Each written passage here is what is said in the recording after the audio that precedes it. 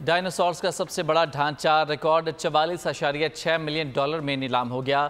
नीलाम घर के मुताबिक एपेक्स नामी डायनासोर की बाकियात यानी कि डायनासोर के अब तक पाए जाने वाले सबसे मुकम्मल ढांचों में से एक है। एपेक्स लगाए गए अंदाजे से तकरीबन 8 गुना ज़्यादा कीमत पर फरोख्त हुआ है। देवहिकल जानवर डायनासोर से मुतालिक जानने की जुस्तजू कम न हुई।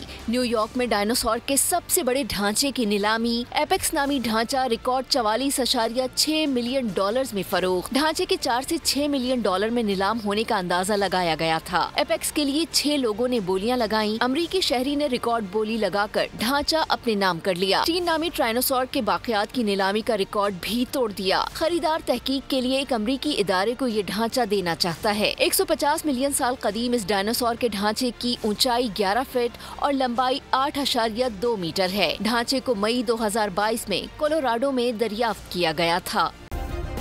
सब्सक्राइब करें और बेल दबाएं ताकि कोई खबर रह न जाए।